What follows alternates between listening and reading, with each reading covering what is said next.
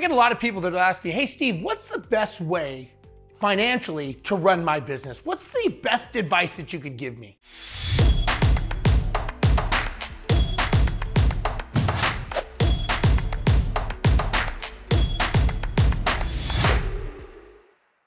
Here's the thing, I can't just give you specific advice for your business. The reason is all businesses run differently.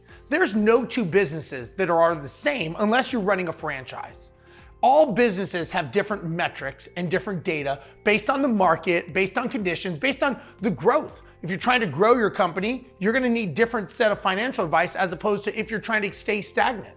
The one thing I will say though, is that many business owners do not pay attention to the numbers in their business. They don't pay attention to the numbers and what the numbers are telling them.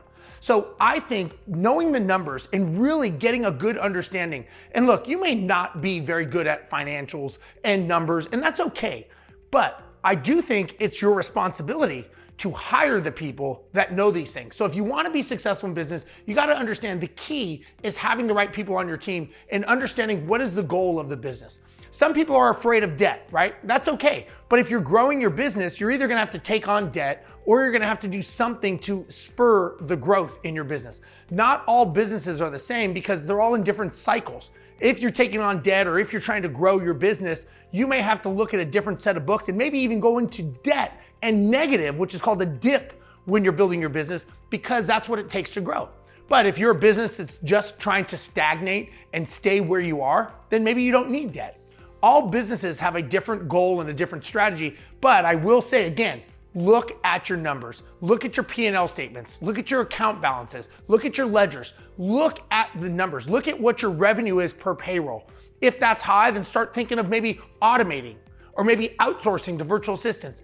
Use the leverage and make sure that you have the right person in the right seat, and always pay attention to the numbers because the numbers are truly telling you a story. The biggest challenge is we as entrepreneurs don't want to look at the numbers because maybe we don't like what it's telling us. We don't like the story that it's saying, so we ignore the numbers until it's like a Mack truck running us down because we're out of money.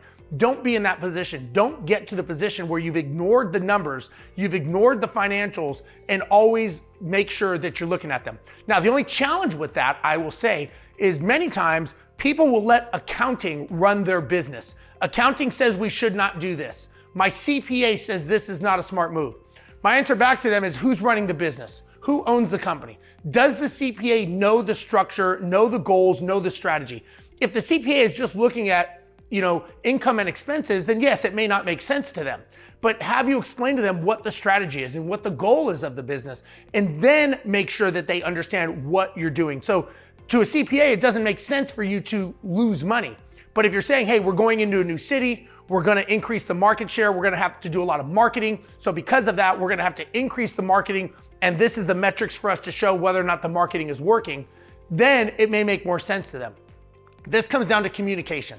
Always make sure that you're communicating with everyone on your team and let them know what the strategy is and what you're doing and why you're doing it. Again, that's your job as a leader, but always make sure that you look at the numbers, take in all the information, make a decision based on that. But remember, it's your business. You are the CEO, you are the leader of the company. Do not let attorneys or accountants or other people run your business. You take in their information, make smart decisions, but remember, it's your business and you have to be the one financially and fiscally responsible for it.